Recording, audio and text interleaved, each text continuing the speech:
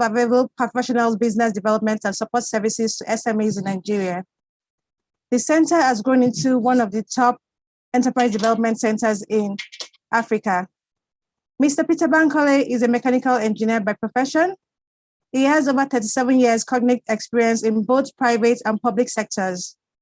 He is currently studying a PhD at the International School of Management, ISM, in Paris. Now to discuss our topic for today, please welcome Mr. Peter Bamkole. Mr. Peter, are you there? Yes, I'm here. I hope you can see me. I'm right in your shoulder here. Yes. Fantastic. That's good. Okay, thank you, everyone. But before we start the session, please, a few ground rules. Please kindly mute your microphones. Also, feel free to drop your comments and questions in the chat box. I will read them out after the session. Over to you, Mr. Bamkole.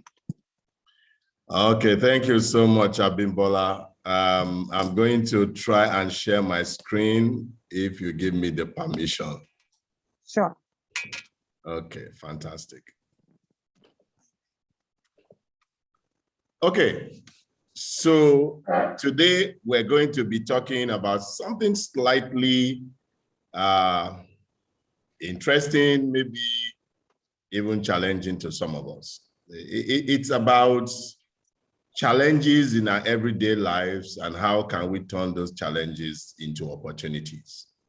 And that's what today's discussion is going to be.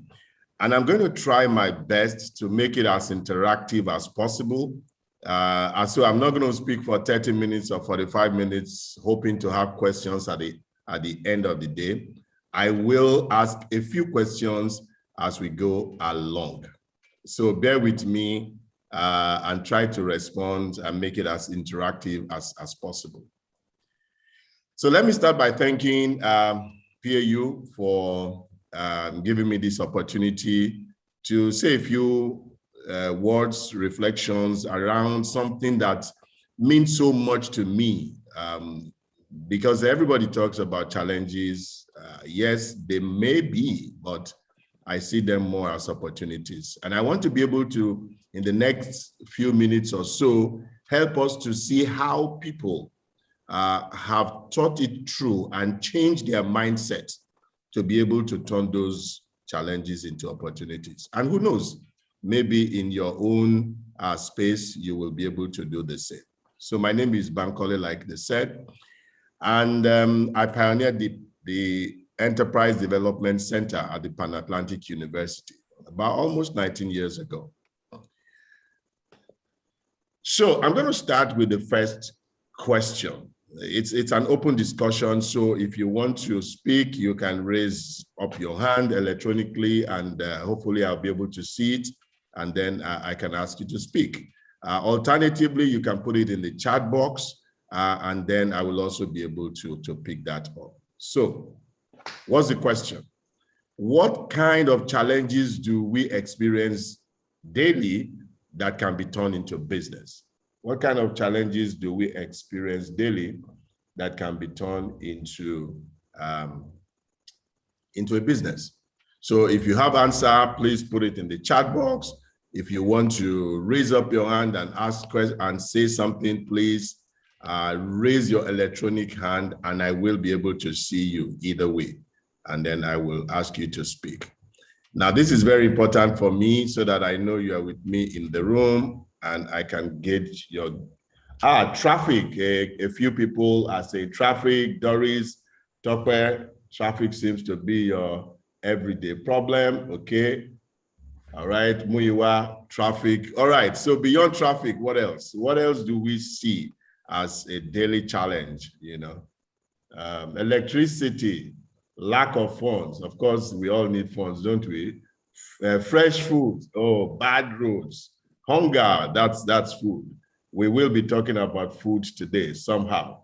And you will see how people, security, and you will see how people have used lack of preservation of food. Interesting. I don't have that problem because we basically grow our food on a daily basis, okay? Leadership is a problem to you, okay? We'll see how we do all of that. Okay, what I'm going to do over the next 30 minutes or so is to help us to see how ordinary people like you and I have taken what seems like a problem and turn it upside down to make it into an opportunity. And I'm going to start first by looking at about 5 different areas so that this way we can cover a number of sectors. We're going to be reflecting on waste recycling by a lady that has created a company called Changemakers. We're going to come back home and we're going to look at the Yemesi Museum of Arts at the university. We're going to look at pad-up creations in Mina, Niger State, on reusable sanitary pads. We're going to go to Abeokuta to look at BIC farms and soilless farming. So those of you that are talking about hunger, hopefully we'll be able to solve part of that problem. And then we're going to take something rather unique, which is Femi bags. We go to Ibadan and we will see how somebody that is making handbags pivoted during the coronavirus times, okay? So I just speak from different states.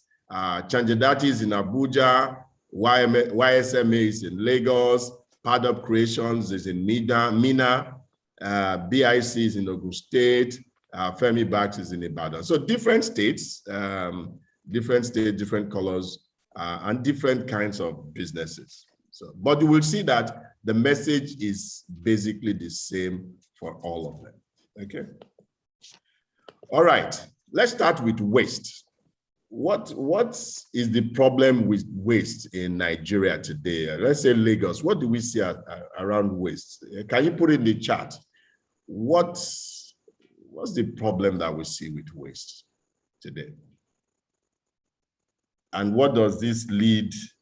What kind of life do we see with all these bottles and all kinds of things? Poor management of waste, indiscriminate disposal, okay? Litter all over the place, pollution. Yeah, these are critical things. Yes, yet we continue to environmental nuisance. In fact, I'm just going to show you that I also have PET bottle with me, so I hope you can see it. So hopefully when I finish it, it will not be a problem at the end of the day. But anyway, we'll see what people are doing with these PET bottles. So there's a young lady, and this lady, well-educated, came back from the US and then just said, I'm tired of all these waste and PET bottles all over the place, and I'm going to do something about it. So standard problems, big issue, and at the end of the day, guess what this lady did? Took a massive warehouse in Abuja, decided to get almost 103 women today, picking up these products across Abuja, going to parties, going everywhere, you know, picking all these things up. And every month, she processes 250 tons of these so-called dirts, materials, into useful materials for different industries. In fact, I don't know if you know about HDPE, they use it to make plastic chairs, and she processed all of this, and that becomes a raw material for that particular industry. In fact, she exports these things. I didn't know they exported. They use this thing to make cloth. So they turn it into fiber and they use it to make cloth. But more importantly, she focused her attention on about 4 SDGs and says, because of this waste, I can use this to educate women. I can make it, I can empower women. I can clean the environment, and so on and so forth. And so because of this, a lot more people that are not necessarily interested in waste are suddenly coming to her, supporting her to be able to make a change in the society. Most of our staff are women. And interestingly, these are women that didn't have work before. These are women that maybe they are widowed. These are women that have lost their jobs and all kinds of women. And when she started this with them, she used to pay them every month until we got involved. And then we said, why can't you pay? No, she used to pay them every week. And these people will just take the money, spend it, move on, come back again, continue this life cycle. Until she said, why don't we open bank accounts for all of you? Bank accounts. What are they going to do with it? What are they going to save there? Anyway, we got everybody to open bank accounts. And every week, they paid the money into the bank account. These women started the culture of savings. In 3 months, all of a sudden, they found out that they have a lot of money. And because of that, some of them decided to buy motorcycles, and then they rented it out, and they were getting cash flow every day. Some of them decided to open a small corner shop, and then they are getting income every day. Because of ordinary waste, these women became financially included, and they are able to improve and empower each other. They started sending their kids to school, and so on and so forth. But somebody decided to turn a problem, the problem of waste that you and I see, into an opportunity. That's one person, Changemakers. You see? And all these guys are behind that and they are still smiling. It means there's something interesting that this lady is doing. Okay? Let's go to Yemesi Museum, Yemesi Shillong Museum of Arts. When I visited them the last time, I saw quite a lot of interesting artworks that are made out of waste materials. This one is one of them. And there are many that I saw, and I was so excited using different types of materials. In fact, in EDC, we also have one like that. It's a chandelier that we have right in front. As you enter EDC, you see that chandelier. And I said to myself, those in arts are beginning to use waste materials to create artistic impression. And they can sell it for lots of money. So apart from making use of those wastes, they are then able to express themselves in ways that they will never have been able to do. So that's enough for waste. Let's go to something else. Now, this one is very interesting, and it's called bullying. And bullying happens across, at least our country. I wanted to put in the chat, how many of you have either experienced bullying or know somebody that have been bullied before? Do you experience bullying before, or you have known somebody that has been bullied before? So if you have, please just put yes. If not, put no. I just want to get a feel that if we have either experienced or we know people that have experienced bullying before. Okay, Ronke says yes. Okay, so the rest of us, all right. Esther says yes. Ngozi says yes.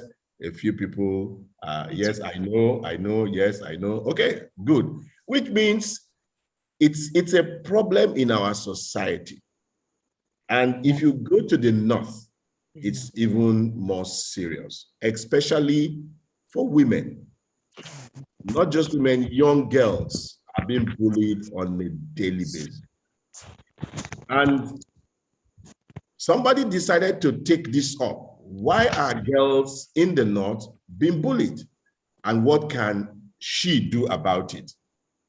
That was a problem she decided to solve that led to a business.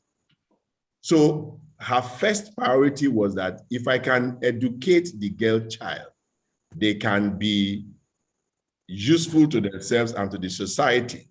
But the challenge is that when they go to school, they are being bullied. And why are they being bullied? Over a period, every month, during their monthly cycle, they are not able to be hygienically clean to go to school. Because the sanitary pads that were available were very expensive, they couldn't afford it. And so they either stay off school, but if they decide to come to school, they use all manners of unhygienic stuff. They use rags, they use leaves, they use sand, they use all kinds of things that are not healthy.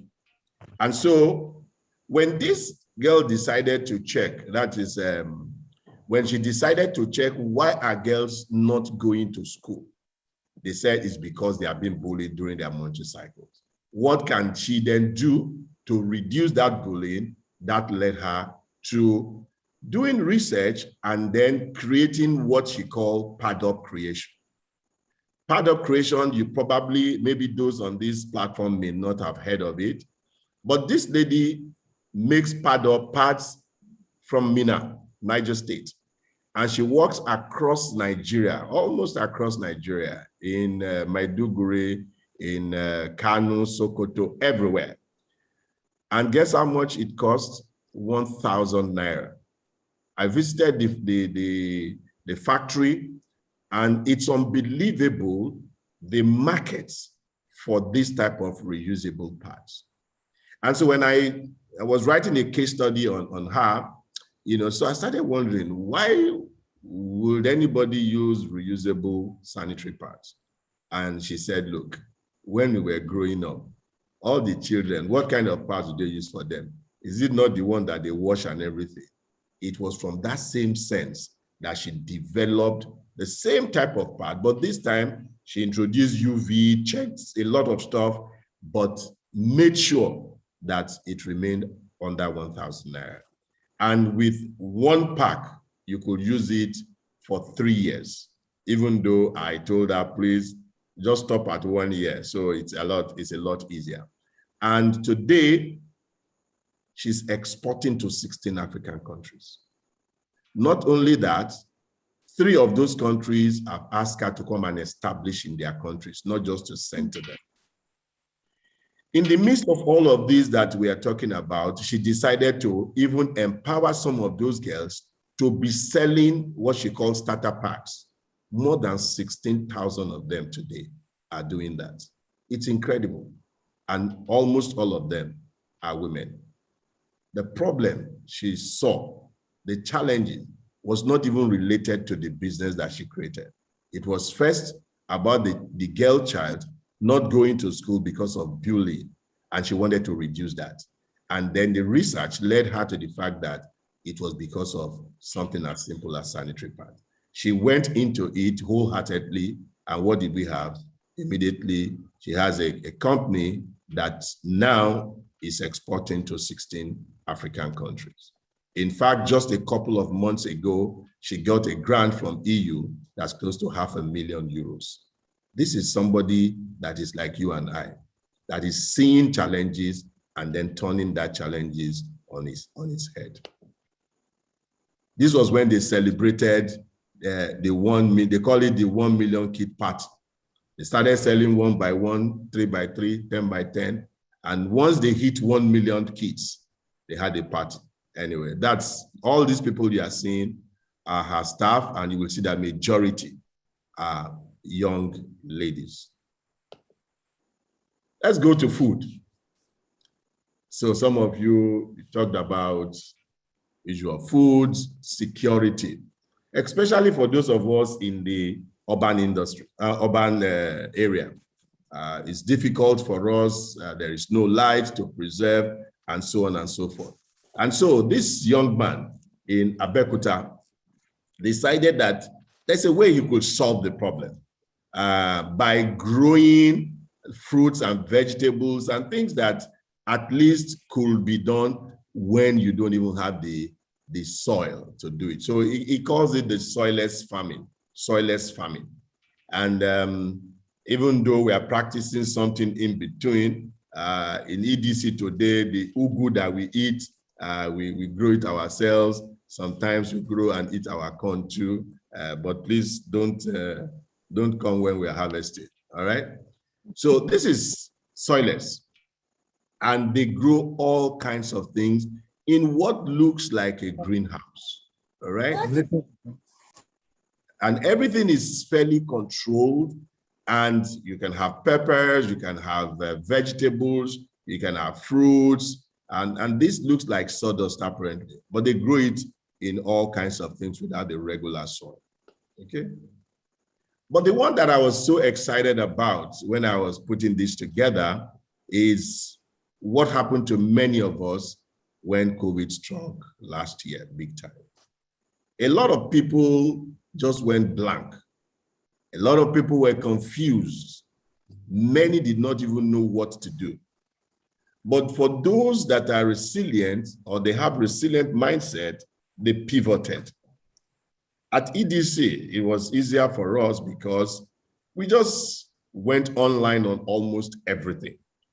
We created products that today made that period a very rewarding period for all of us. Yes, we were at home like most people, but we were busy because we had pivoted. And it happened to one of these EDC alum as well, who some of you may know, My World of Bags.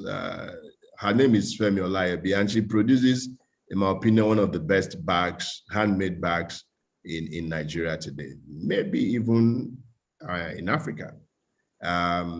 She was a recipient of the Goldman Sachs 10,000 Women Scholarship, but she's been in business since 1992. And guess what? When COVID struck, it was difficult for her to continue to make bags. But the mindset is that she could manufacture. She could manufacture. She had machinery that could produce. So instead of making bags, she then decided to switch to what would be required for the COVID-19 era. And that was the PPEs. So this was how she pivoted into making protective clothing, making face masks, and so on and so forth. And interestingly, that particular year, last year, became one of the best for her since our company was established in 1992.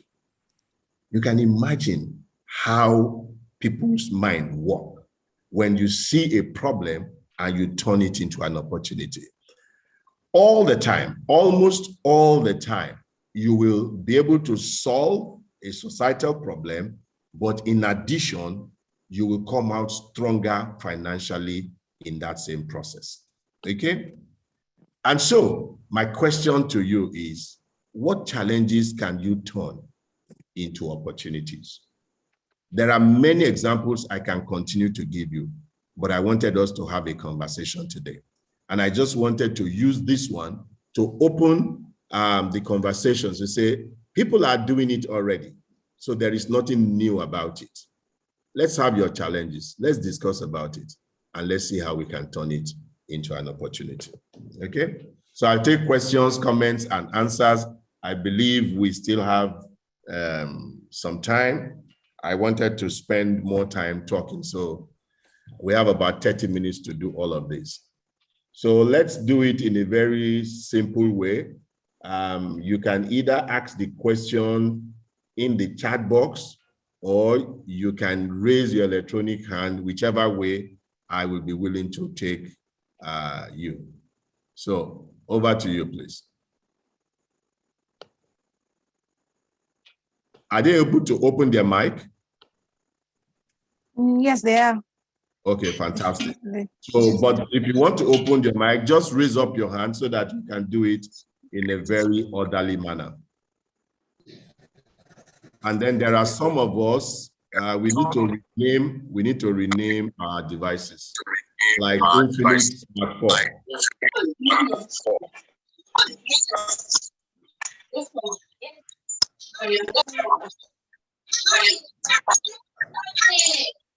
Sorry, there are people that are not talking, but they have their mics on. Can you mute your mics, please? Hello, everyone. Please, if you don't have any questions, please kindly mute your mics to stop the interference. Thank you. Okay, thank you very much. Okay, let's take Muiwa Oluaja, please. Muiwa.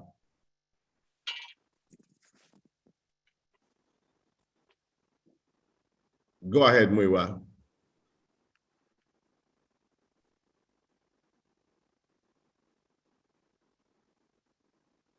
Muiwa, your voice is, or your mic is open, but you are not speaking. Go ahead.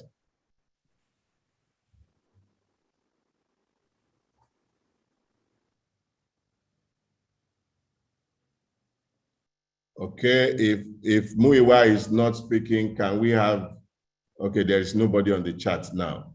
Please put your question, or if you want to speak, raise your hand.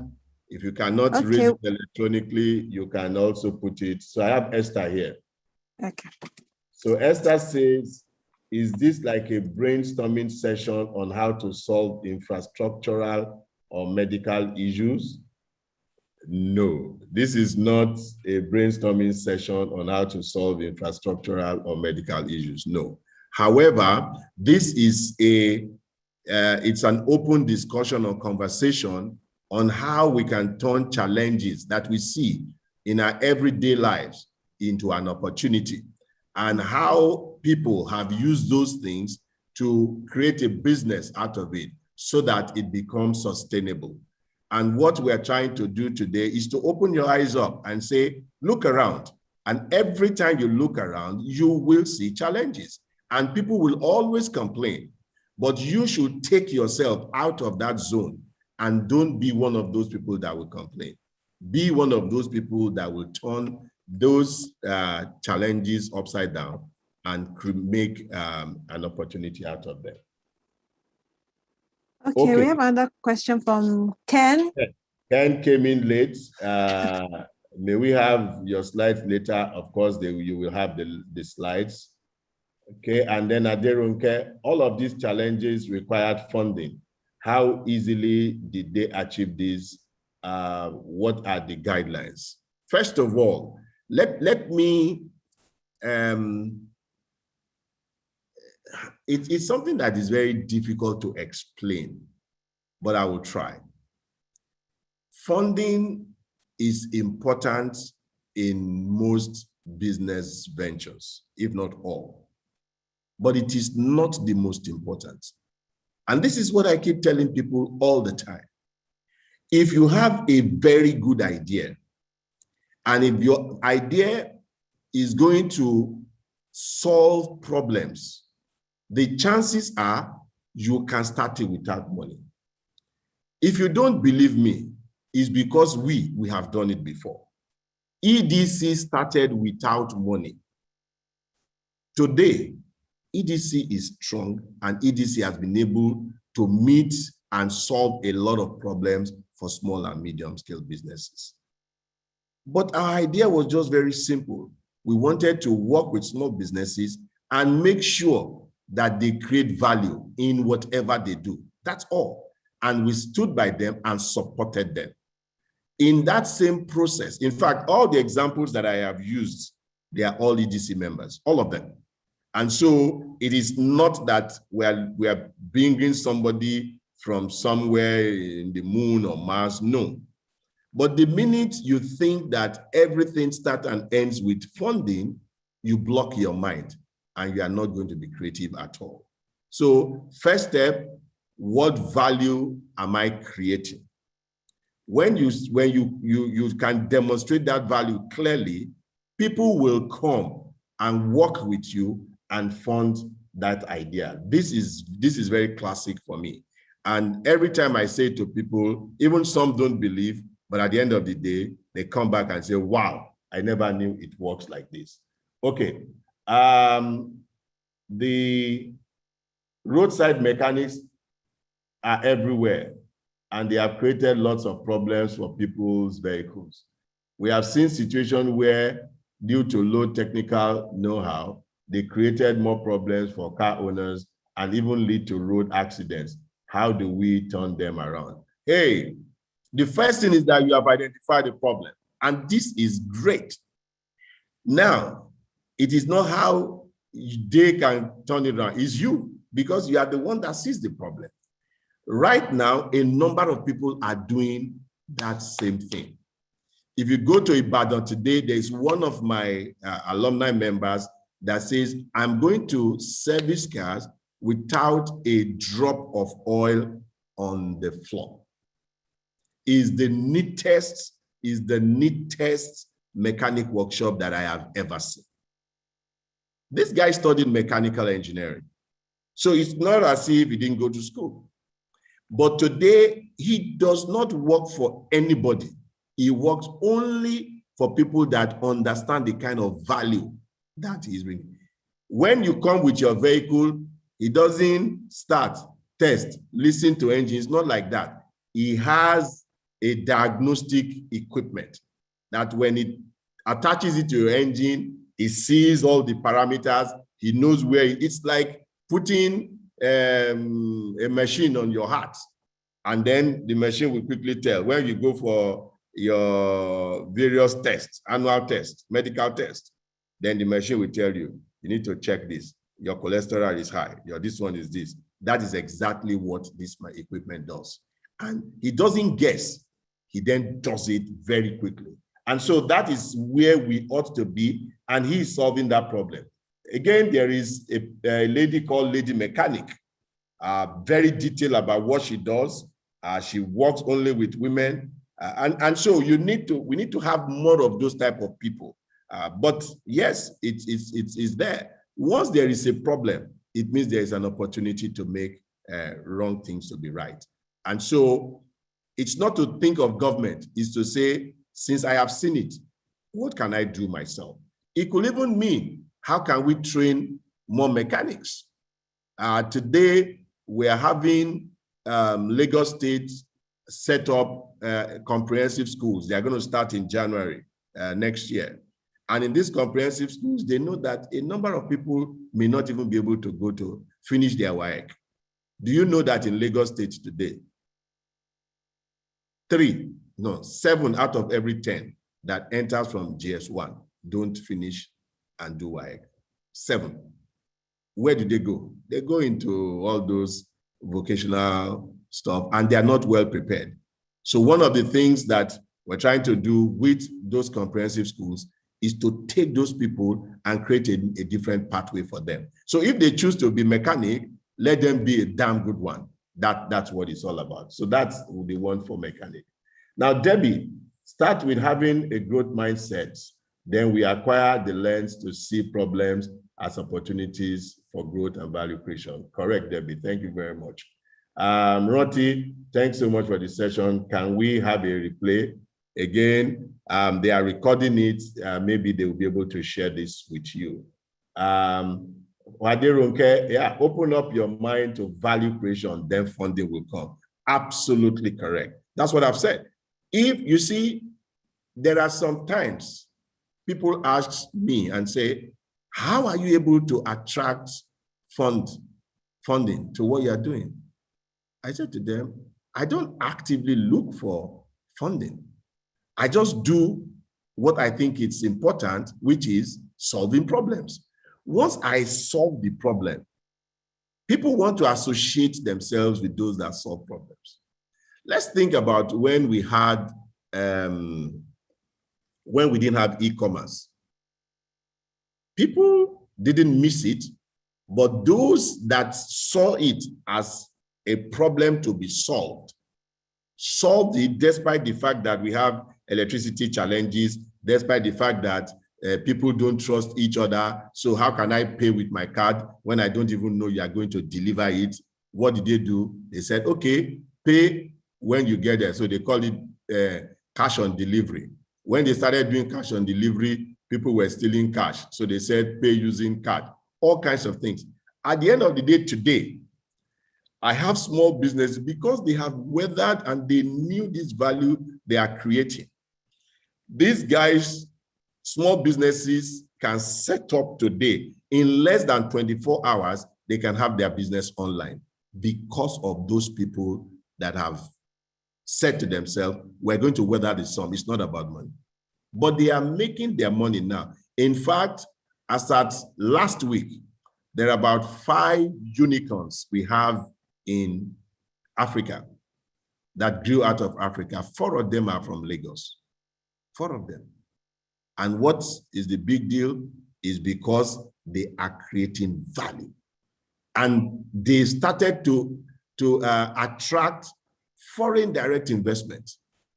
This year alone, the foreign direct investment into those tech companies have exceeded the whole of what was received in Africa in 2020. That's just for Lagos. And that says a lot to us.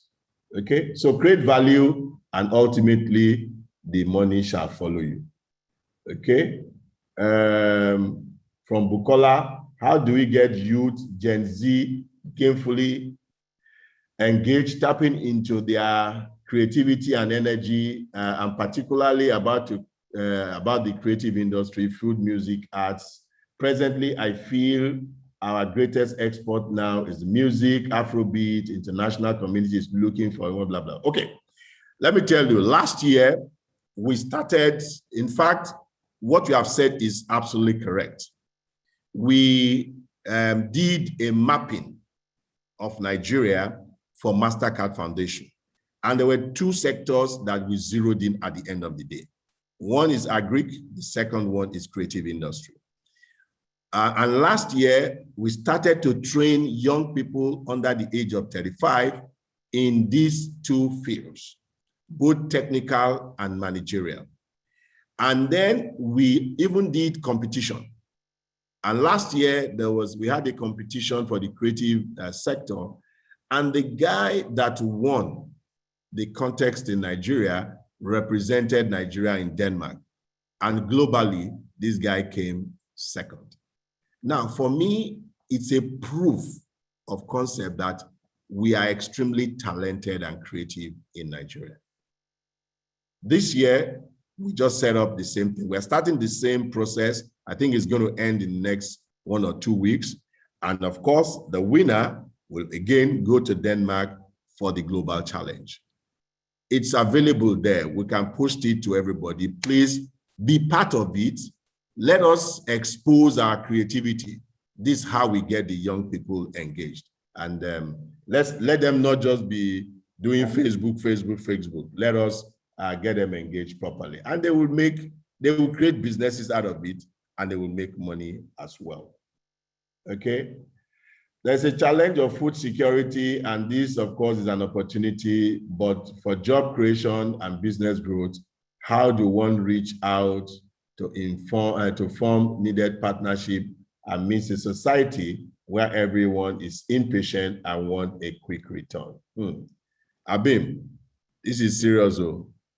You see, it is true that many people want quick money, quick fix, quick everything. Life is not like that. And it is people like you and I that need to begin to tell people through what we say, through what we do, that it pays for us to be patient in what we do. Even when you grow, when you plant seed, it doesn't grow the next day. So why do people imagine that you must harvest, you plant today and you harvest tomorrow? No. Some crop takes 3 months, some 1 year. If you look at the Chinese palm, it takes 5 years to get out of the ground. But once it's out of the ground, boom, before you know it is there. So if you don't have patience and you plant the Chinese palm for 4 years, you say, oh, let me go and do something else. You've lost it because you only needed 1 more year, and then boom, you get there. So I think it's important for us through this kind of conversation to tell each other that it pays for us to be patient when we are investing. There is investment time or sowing time, and there is the harvesting time. And we must be patient enough to wait for harvest time. Okay? I think problem solving starts from mindset. Absolutely correct, Ogbonna. In fact, we are just rounding up the curriculum for the entrepreneurship course, which is going to be taught across universities We're working with the National University Commission. And one very clear aspect of that is problem solving. I found that one very difficult because I see some of our graduates today who do not have that creative thinking, problem solving mindset. And I will share one story that really bothers me. This is a graduate, 27-year-old, and we ask about 15 of them, they're supposed to do a meeting, and we said, okay, arrange for refreshment for yourselves, and they gave them 10,000 naira or something like that. And then this girl could not decide what to do with the 10,000 to be able to provide refreshment. And she said, she was asking the giver and say, so what do I do with the 10,000? Where am I going to buy what? And things like that. If she has problem solving mindset, first of all, it's very simple. Divide the money by those of us there. You know that it's about maybe 700 or 800 naira per head. What can you do with that for each person? It's as simple as that. Or, okay, what can we buy? This will not even give us anything if we go and buy it. We have 3 or 4 girls amongst us. Can we buy bread? Can we buy sardine? Can we do this? There are multiple ways in which you make the mind to work. But if you don't have a problem-solving mindset, then it becomes a big issue. When I went for my undergrad, first year, 3 of us were from Nigeria. The rest were from Europe, UK. And we made the greatest mistake of our lives because they said go into groups, and then the 3 of us from Nigeria went into the same group instead of us to disperse ourselves. And when we got into the group, they asked us to design a non-electrical device that's using mechanical energy they could run across the hall, which they put all of us. And we failed woefully because all we were taught in our secondary school was just how to solve maths, how to cram physics, all kinds of stuff. We knew the theory, we knew everything, but we didn't have creative thinking, problem solving mindset. But these guys have it. And so they were able to come up with different kinds of designs. After that incident, we split ourselves and we began to see how people were able to solve problems in a very creative way. So we're going to be solving a lot of that now as we move ahead. On Lekki axis, I see young adult males selling small chops in traffic, and they have been consistent. How credible is that, especially with regards to hygiene? You know, it was my driver that first pointed this out to me. Well, you see, let me put it this way. I probably will not buy from them. But if they continue to sell it and you keep seeing them every day, what does that tell you? It means that there is a market for what they are doing. But as far as the hygiene is concerned, I will not buy it because I don't know. Let's flip back. When you go to churches on Sundays, you will see that as people are coming out of church, there are all these people selling small chops. They line up and they are doing it. You see people queuing up. Of course, they see that they are doing it. It's a little bit hygienic and people are able to buy it. Well, I don't know what to tell you about that one, but I can tell you that at least for those that are selling in churches, they are selling, and that's okay. But I will be wary of those that are selling in traffic. I don't even know what they put inside. I don't know. I will just not buy those kind of anything I will put in my mouth. I will not buy it in traffic. Sorry, that's just me. Okay. There are people who wish to join webinars, online seminar, but can't afford data cost. Again, I find that very difficult to understand. Data is not too expensive these days, at least not in Nigeria. There are, you don't have to join all webinars, you don't have to. Select the ones that is going to make impact on you, change your life. Well, that's the one you need to attend to. If you cannot afford, go to where there is Wi-Fi. And there are many places that will have Wi-Fi that you can, okay, and you listen to it. If you have mentors and people that, don't ask people for money. Sometimes when you ask them for money to buy data, the way they look at you is different. But if you tell them that I want to be part of this webinar, but I'm short on data, can I come and use your Wi-Fi with you? And then they see you as a serious person that is well focused, and beyond the data, they may even offer you additional resources. Okay. Okay, so same from Victoria. Secondly, understanding how to use social media tools that actually works and easily understandable for small, medium businesses owners, especially for those who must move from offline to online. Let me tell you, you see, and I'm going to take this with this, I can't afford data. It's because you have also not turned challenges into opportunities. We used to have one young girl. She was in the first year in the university. She does Instagram very well, uses Facebook very well, and so on and so forth. And then when she came to us, I can't remember how much we were paying her, maybe 30,000 or something like that. And of course, for a first year one intern, that's not a bad money. After all, I don't think most governments are even paying a minimum wage of 30,000. And this was like 4 years ago. Anyway, this girl was fantastic, well-behaved, good work culture.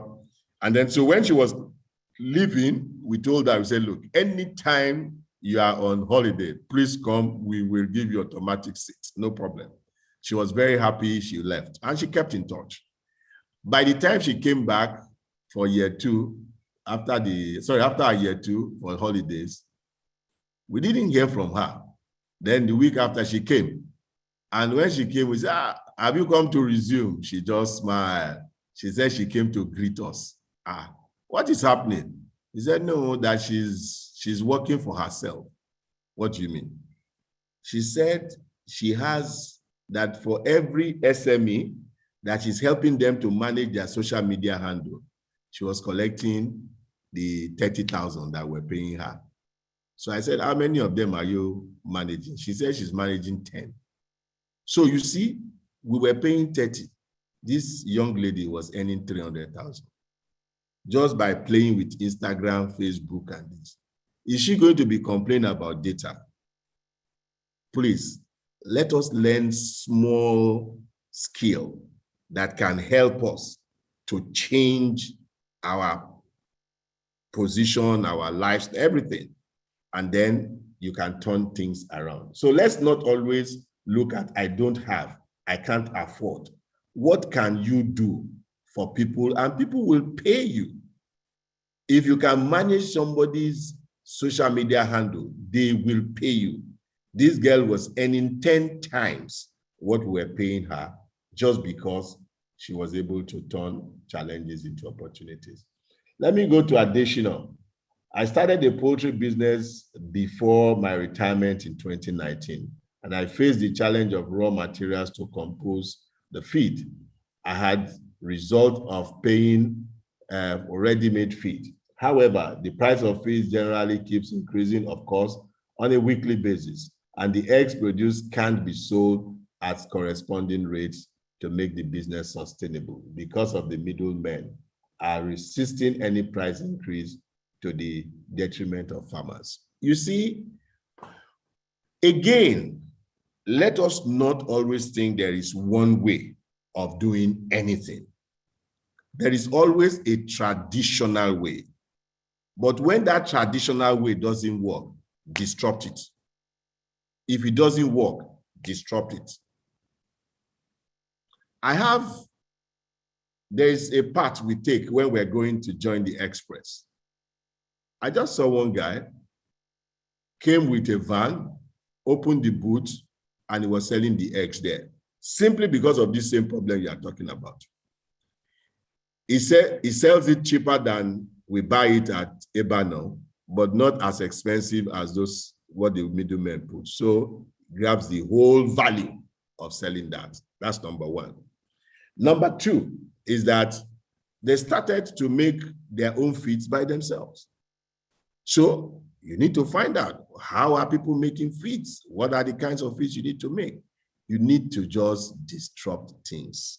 You cannot be doing things the same old way and expect a change in result. It's not going to happen at all.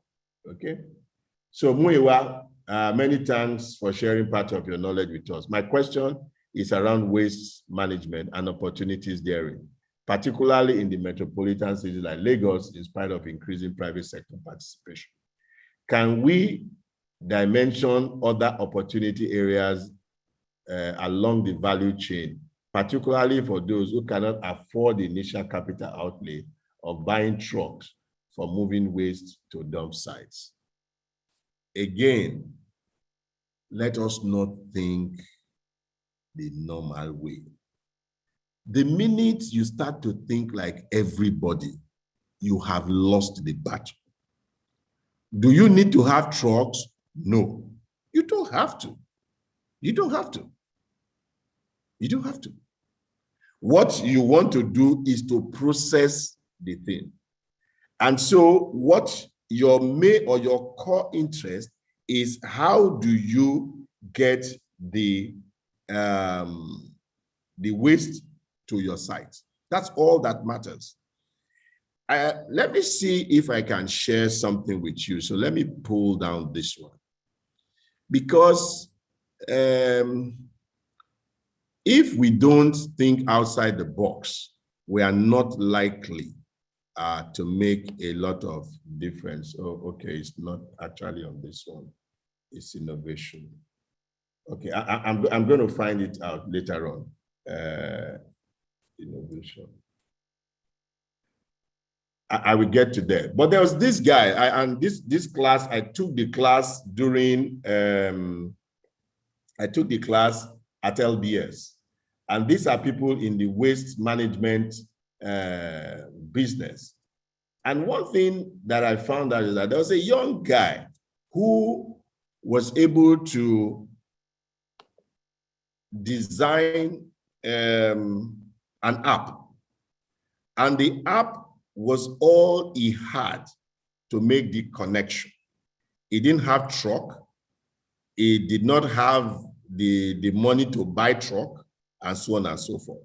But he knew the people that had garbage.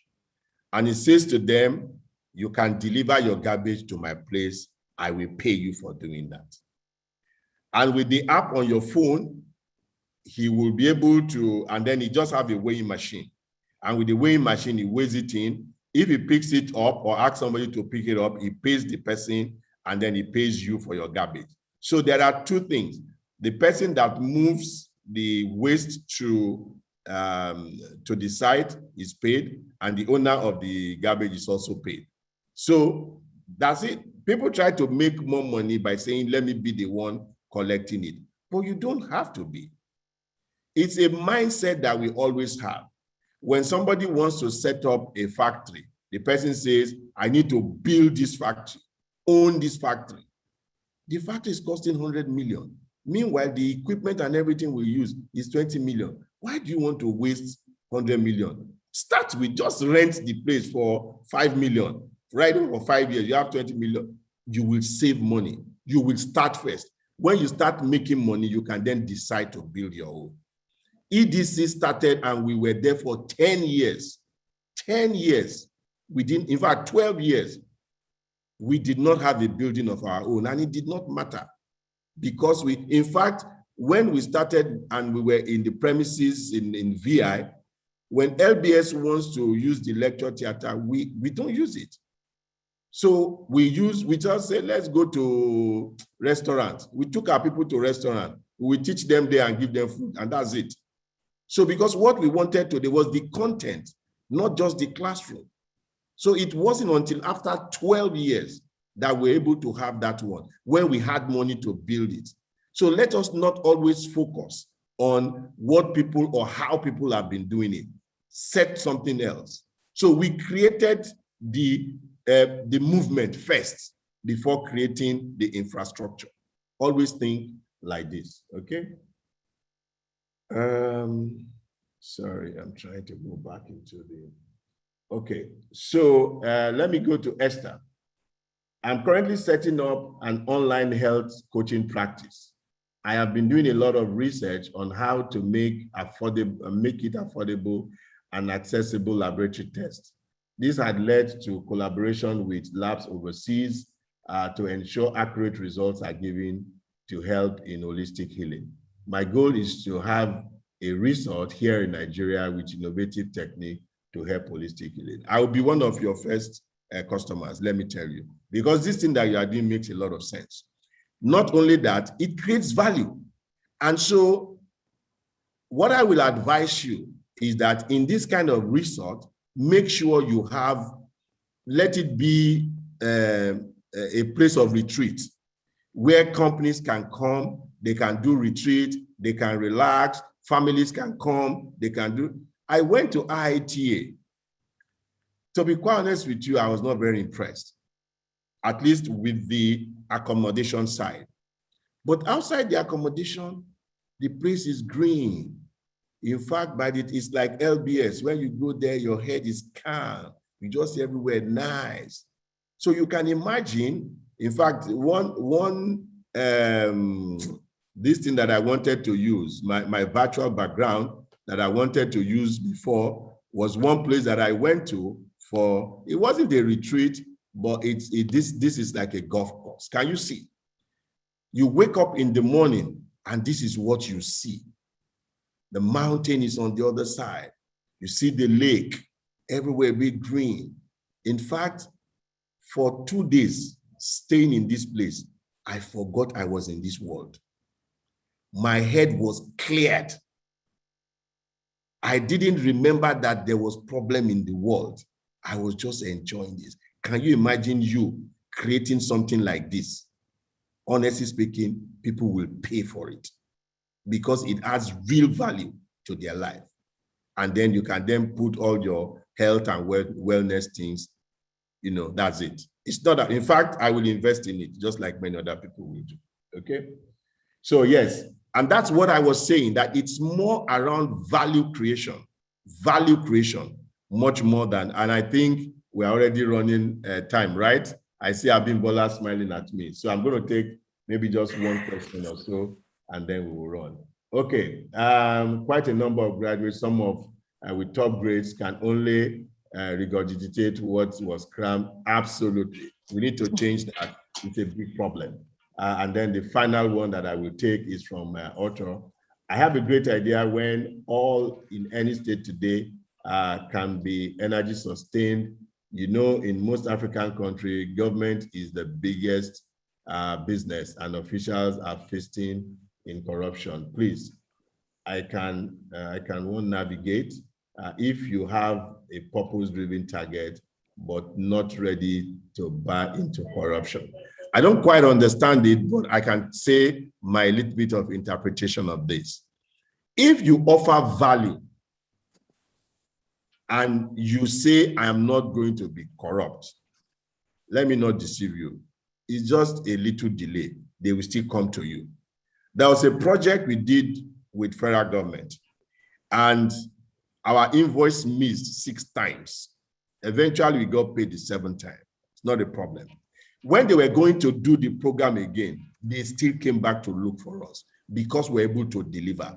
They just said, they now divided the job into the easy one and the difficult one. And they said to them, give these guys the difficult one. They will solve that problem. This easy one, you people will make money from it, but they won't give you money. And that was how we solved the problem. So people will get to know you for who you are, and then everything will be okay. So we've run out of time. Thank you very much, Abimbola. I hope I've been able to take all the questions. Thank you. Yes, you have. Thank you so much, Mr. Bamkole. Actually, we have just one more comment from Esther. who Okay. says, thank you, sir, for your words of encouragement. I do know a location that has all the features you talked about. I don't own it yet. It's actually state-owned. I'm working towards it. It's my dream. Fantastic, Esther. I wish you all the best with that. That dream will come true. So that's all the questions and comments. So thank you so much, Mr. Bamkole, for your time this afternoon. It has been very insightful and informative. I've learned a lot from value creation to turning challenges into opportunities. So we also thank everyone that's attended our session today and also our participants on YouTube. Please do not forget to join us on our social media handle to keep yourself updated with all the events happening in the university, and to visit our website. It's www.pau.edu.ng. That's all for today. Thank you all and see you at the next session. Thank you very much. Have a wonderful day, everybody. Bye, everyone.